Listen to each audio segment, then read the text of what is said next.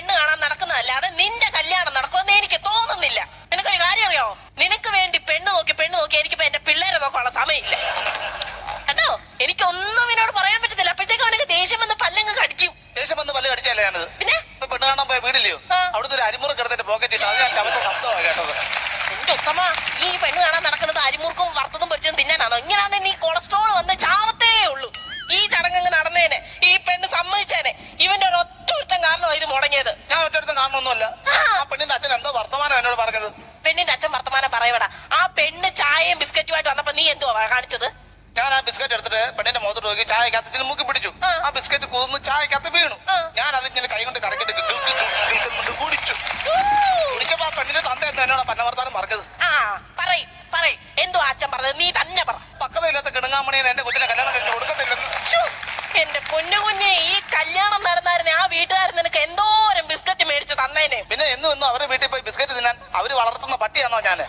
നിന്നെ കൊണ്ട് രാവിലെ 6 മണി മുതൽ വൈകിട്ട് 6 മണി വരെ പെണ്ണ് കാണാൻ കൊണ്ട് നടക്കുന്നതിന് നാട്ടുകാരിപ്പോ എന്തോ പറയുന്നതെന്ന് അറിയാവോ? എന്തുവാ? നീ ഞാനിപ്പോ രാവിലെ കറക്കവാന്ന്.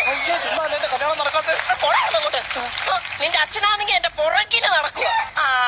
ചുമ്മാ അല്ല ഞങ്ങളുടെ അച്ഛൻ പണിക്ക് പോയിട്ട് പൈസ കൊണ്ട് ഞങ്ങളുടെ വീട്ടിൽ കൊണ്ട് തരാത്തത്. ഞാൻ ഞങ്ങളുടെ അമ്മോട് പറയുന്നത്. ഞങ്ങളുടെ അച്ഛൻ നിങ്ങളുടെ പുറകെ നടക്കുന്ന കാര്യം ഞാൻ ഞങ്ങളുടെ അമ്മോട് പോയി പറയും. അങ്ങനാണോ? നിന്റെ അച്ഛനും നിന്റെ അമ്മയും എന്റെ പുറകിൽ നടക്കുവാ നിന്നെ ഒന്ന് കെട്ടിക്കാന്. പിന്നെ ഞാൻ കയറഴിച്ച് കിടക്കുന്ന കാളയില്ല എന്നെ പിടിച്ച് കെട്ടാൻ വേണ്ടി. നിന്നെ കല്യാണം കഴിപ്പിക്കാനെന്ന്. കഴിഞ്ഞ ഇടയ്ക്ക് ആ ചാരുമൂട്ടി പെണ്ണ് കാണാൻ ചെന്നപ്പോ നീ ആ പെണ്ണിനോട് എന്താ വർത്താനോ പറഞ്ഞത്? ചേച്ചിയല്ലേ പറഞ്ഞ ചായ കുടിച്ച് കഴിഞ്ഞ് ചെറുക്കനും പെണ്ണും കൂടെ 5 മിനിറ്റ് സംസാരിക്കാനൊക്കെ. അതൊരു നാട്ടു നടപ്പ് അനുസരിച്ച് ചെറുക്കനും പെണ്ണ് സംസാരിക്കാൻ 5 മിനിറ്റ് സമയം തരും. അന്നേരം നീ ആ പെണ്ണിനോട് എന്തുവാ പറഞ്ഞേന്നാ ചോദിച്ചത്? ഞാൻ ആ പെണ്ണിനോട് പറഞ്ഞു നമ്മുടെ കല്യാണം കഴിയുവാണെങ്കിൽ നമുക്ക് 4 പിള്ളേർ വേണമെന്ന് പറഞ്ഞു. ഉടനെ ആ പെണ്ണ് എന്നോട് പറയുവാ എന്റെ 2 പിള്ളേരെ നോക്കാൻ നേരമില്ല, പിന്നെ ഇയാളെ 4 പിള്ളേരെ നോക്കുന്നതെന്ന്.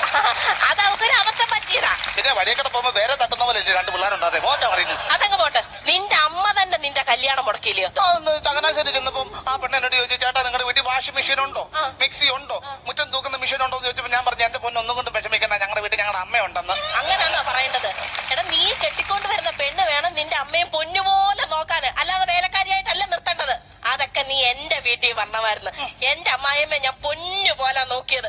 ചാവാറായി കിടന്നപ്പോ എന്റെ അമ്മായിയമ്മ പറഞ്ഞു, മോളെ ശാന്തേ നീ ഇച്ചിരി കാപ്പി എടുത്തിക്കൊണ്ട് വാ. ഞാൻ കാപ്പി ഇട്ടുകൊണ്ട് വന്ന് ഒരു തോടം കാപ്പി കുടിച്ചതുമല്ല. എന്റെ അമ്മായിയമ്മ ഈ ലോകത്ത് നിന്ന് എന്നെ നീക്കുമായിട്ട് വിട വാങ്ങി. സ്വന്തം അമ്മായിയമ്മയ്ക്ക് കടങ്കാപ്പിക്കാത്ത വിഷം കരക്കി കൊടുത്ത് കൊന്നിട്ട് എല്ലാലേക്കും വിട വാങ്ങിയെന്ന്. അവര് ജീവിച്ചിരുന്നപ്പോ അവർക്ക് നല്ല ജ്യൂസ് ഉണ്ടാക്കി കൊടുത്തായിരുന്നു. അവർ ഇന്നും നല്ല ആരോഗ്യത്തോടെ നടന്നേനായിരുന്നു.